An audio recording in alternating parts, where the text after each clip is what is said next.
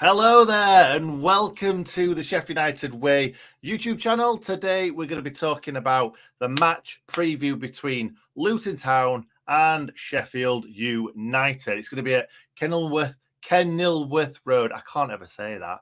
Tomorrow, Saturday the 28th of August at 3 p.m. We're going to have to get used to these 3 p.m. kickoffs because we're not going to be on Sky anymore, guys, because we are rubbish, unlike what they thought just before the start of the season.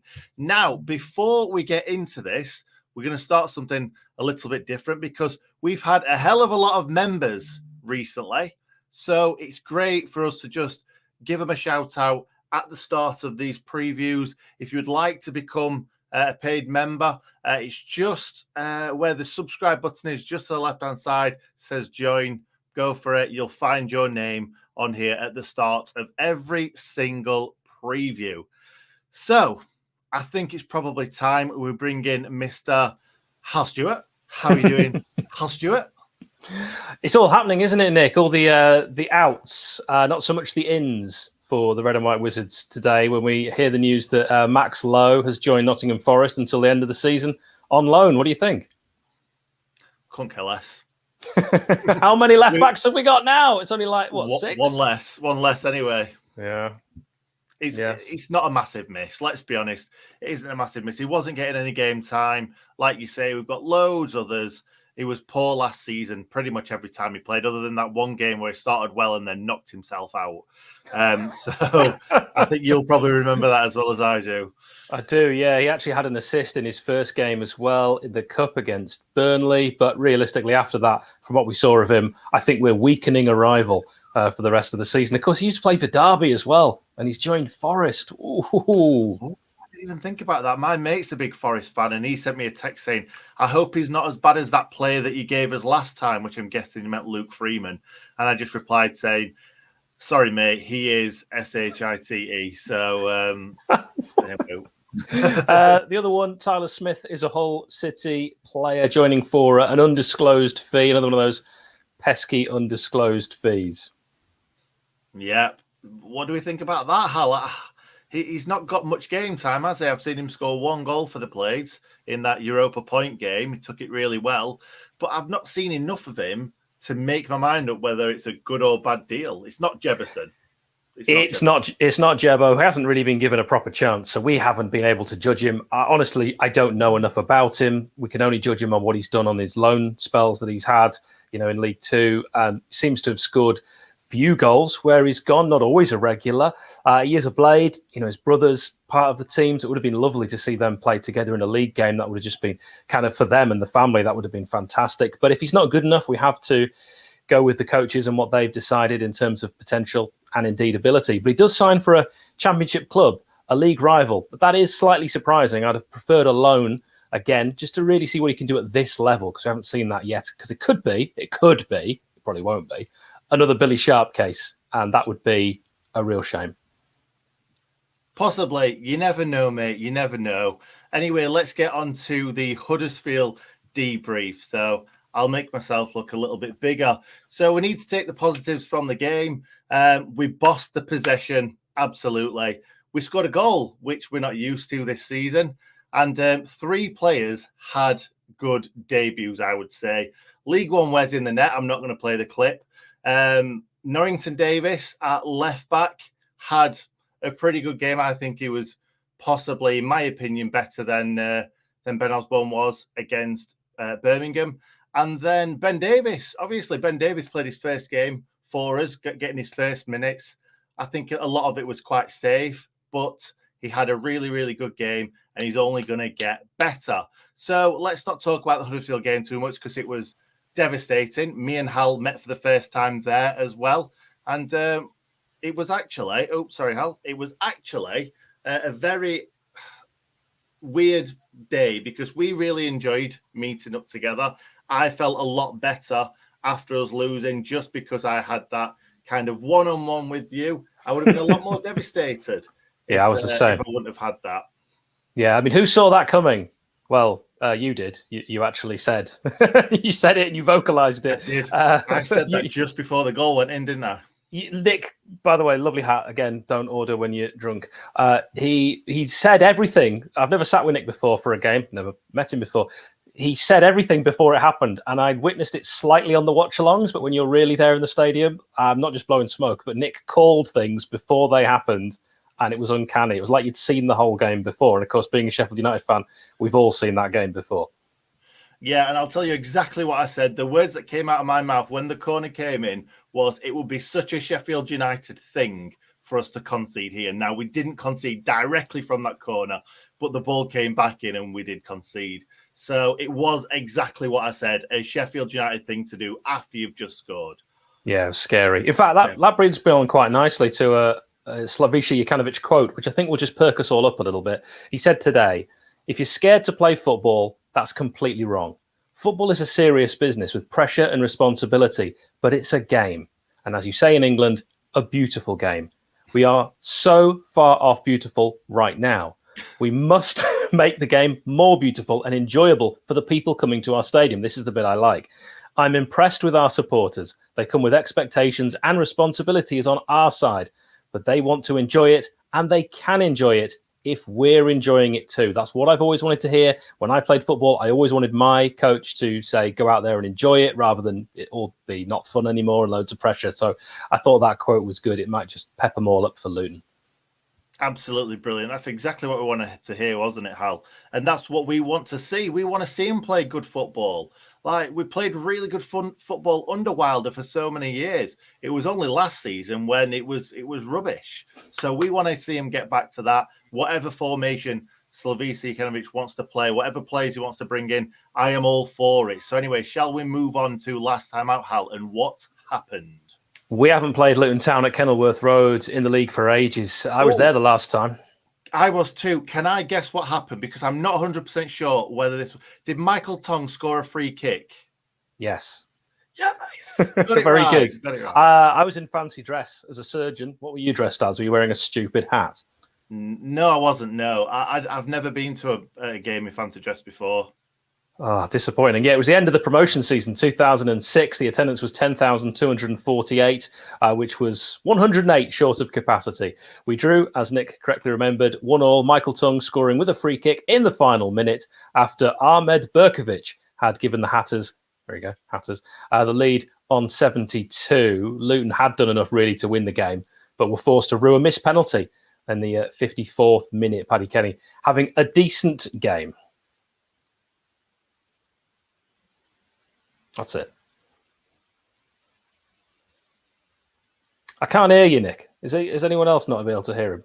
Can we move on to team news? You just put the hat on and muted yourself. I didn't. I'm here. Team news. Great. Do your team news.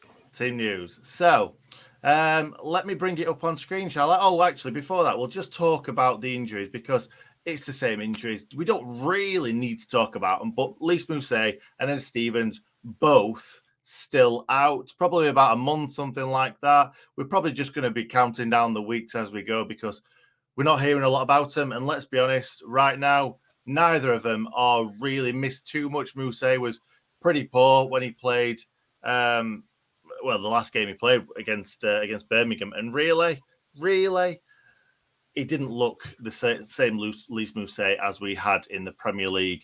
And then the Stevens, we've got about 300 left backs, as we've already discussed. So let's bring up on screen my predicted 11 / the 11 that I want us to play. So we've got League One Wes in the net, Bash, Egan, Davis, same back three, Baldock, Norrington Davis. Norrington Davis definitely deserves to keep his spot, 100%.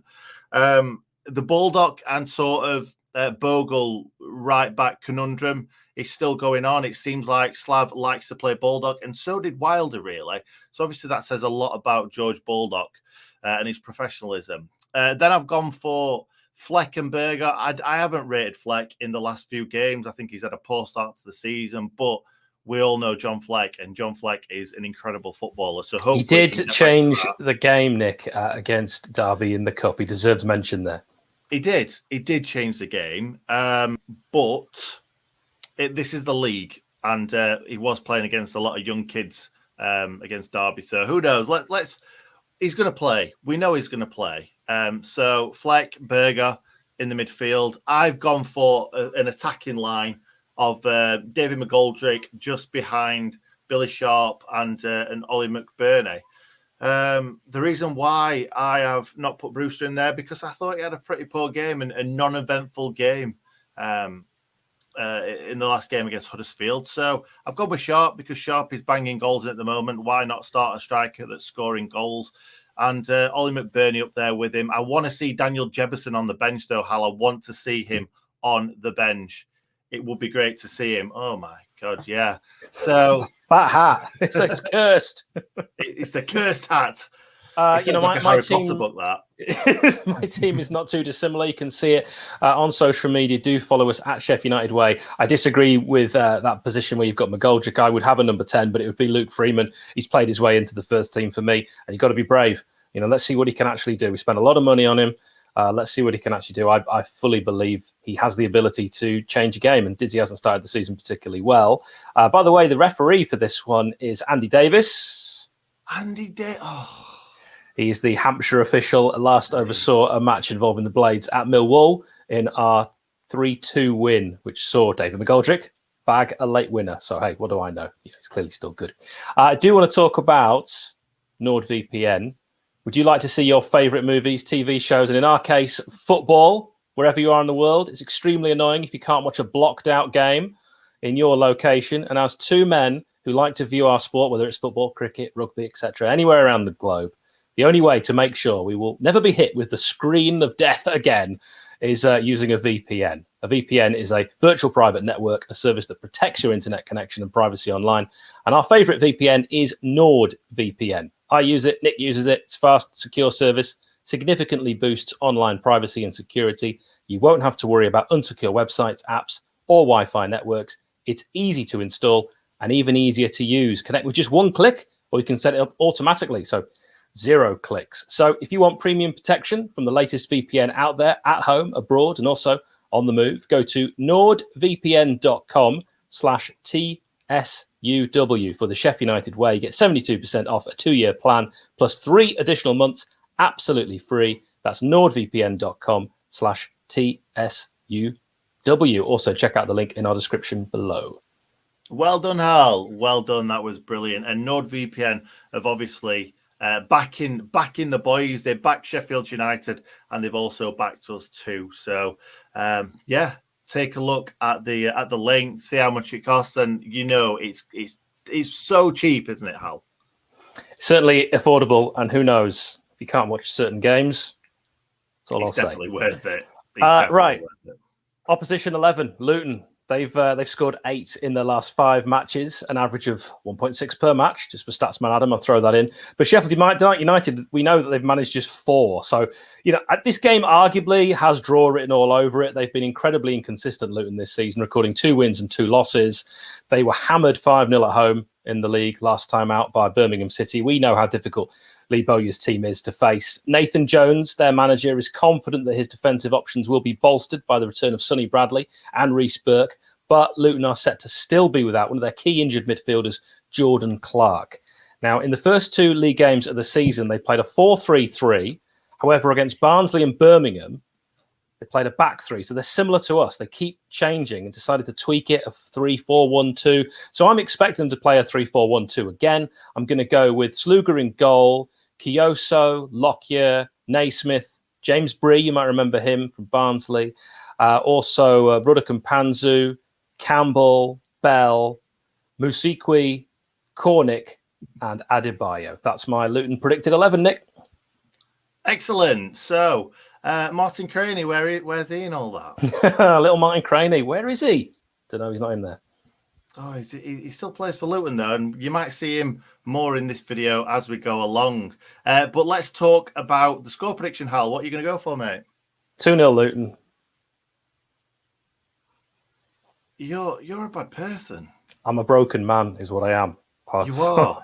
I've had enough. I feel it in your voice. There's no signings coming in. It just feels like they're all going out. Ollie Burke to Middlesbrough, the latest rumour, is the only thing that's getting me excited. And hat tip to Mad Dog on Twitter, who said, I wouldn't give Middlesbrough any more than 5 million to take Burke. I like that. I love that. Absolutely. Yeah, but we might be signing a 35-year-old Algerian. Gediora, yeah. And if we do, I've done a lot of prep, so I'm ready. Well, we've definitely seen him training with the lads, haven't we? So in all the pictures. So all I'll say about him is a lot of people are giving him quite a bit of stick online. He is a really good player. His game isn't about pace. So it doesn't matter that he's 35. In Slav, we must trust. And if he trusts him, let's give him a chance. We've seen players before. It could be a Stuart McCall, could be a Dean Hammond. Absolutely. The thing is, mate, he's obviously 35 years old. He's coming in as kind of just training with the lads. So to me, I was saying this to Bobby before the video, he doesn't feel like a signing. He feels like kind of somebody who's just coming in to kind of offer that support. So hopefully we'll get some other signings in as well. But you never know. It could be a really good Stuart McCauley type of player. It could be. There are a few rumours that we're not going to sign anyone floating about. I'm not going to panic until after the 31st of August. Then I panic. Panic times. Yeah, so I'm going to tell you my prediction because we didn't get around to that. And I've gone complete opposite to you, mate. I've gone for a 3-1 Blades win. Way, go on, lads. I would love that. We'll be there as well, so it'll be absolute carnage if that's the case. It will be. I feel like it's got to turn at some point. And we've had so much of the ball. Eventually, it's got to click, and we've got to score an early goal, and then we're going to go on to win this game 3-1. So, Hal, let's not dwell on that too much because it's probably not going to happen. I'm probably being a little bit too optimistic. So let's move on to players that have played for both teams, aka play connections. All right, I wanted to do Kingsley Black because he's a personal friend of mine. He played for the Blades on loan. He came to my wedding and my wife's as well, but we couldn't find a picture of him. So instead, I'm going to go for Don Hutchison as my first player connection. I loved him at the Lane. He never really scored that many goals for us. Went on to actually have a really fantastic career. Represented Scotland, of course, scored against England for Scotland at Wembley, and played a short spell at Luton Town. Much more memorable for his time at Everton, West Ham, Liverpool, Sunderland. And the Blades. Yes, and the Blades. Did all right for us. I am going to go for Mr. Martin Craney. We were just talking about Martin Craney. And yeah, I really, really liked him in that promotion season. The two things that he'll always be remembered for me is that cross that he put in at West Brom away when Kieran Dowell scored that header. Absolutely dying to get that ball across, sliding in, flicking it over for Dowell to head over Sam Johnston. And him singing karaoke in his pants in a sombrero. So which one's better? You decide. Reece Norrington-Davies, can I have him? Go for him. Yeah, I mean, we don't still know a great deal about him. I know that Luton fans absolutely rave about Reece Norrington-Davies, and Stoke fans were slightly less ebullient in their praise. From what I saw on Saturday, he looks a player. He looks like the kind of defender that will say, "You shall not pass." And Nick, are you going to continue your sponsored hatathon? I don't know what you're talking about. Don't know what I'm I've been wearing this the whole time. You went online, you bought a load of hats, and this is the end result. You see what happens when Nick gets bored? It wasn't even lockdown. It wasn't even lockdown, no. But when everything's a pound, it's like going into Poundland, isn't it? You end up coming out with about £55 worth of stuff. You see, you've got the same attitude as my wife. When she sees something on discount that she doesn't need, she thinks, I can't afford not to buy that. Exactly that. And do you know who else we couldn't afford not to buy? Paul Pesky-Salido. What a segue. A player we had. I don't even know if we bought him or not. But before we did. Do you remember? Because it's very jingly and jangly. And I know that Hal's going to shout at me after. So Paul Pesky-Salido, what a player. 84 games for us. Only 19 goals, which doesn't sound a lot, but he scored some incredible goals. And that goal against Forest, everybody will always remember, and that is the picture that we're seeing right now on our screens. He only played 5 games, scoring 1 goal for Luton, which was in the now called Papa John's Trophy. And an injury saw Luton release him in 2008 when they were relegated. So not a massive Luton legend, but definitely a Blades legend, Hal. Oh, yeah. 100%. Other Blades legends are featured on our channel, and now they'll be available on our audio podcast. So if you do want to help us out, subscribe to Sheff United Way. That's Sheff United Way. Wherever you get your podcasts, you will find us there. We're on literally all of the popular platforms. Absolutely. So exciting, mate. So exciting. And this is all your bag, isn't it? The podcast stuff. So what are you going to be putting up there for everyone? You'll already find the beard, John Brayford. You'll then be able to hear not only the classics like Paul Pesky-Salido, Nick Montgomery, Paul Devlin. We're going to have some exclusive podcast audio as well, which will eventually be released on YouTube, but you'll get it first on the audio version. So please do subscribe. It's absolutely free, just like everything else we do. Exactly. Go and subscribe, follow, whatever you need to do. Download the podcasts, and we promise you won't regret it. So I think that's it, Hal. Are we done?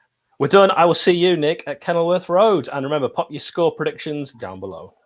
Very, very exciting for that. So, see you all tomorrow for a match reaction when I'm back from Kenilworth Road. Bye.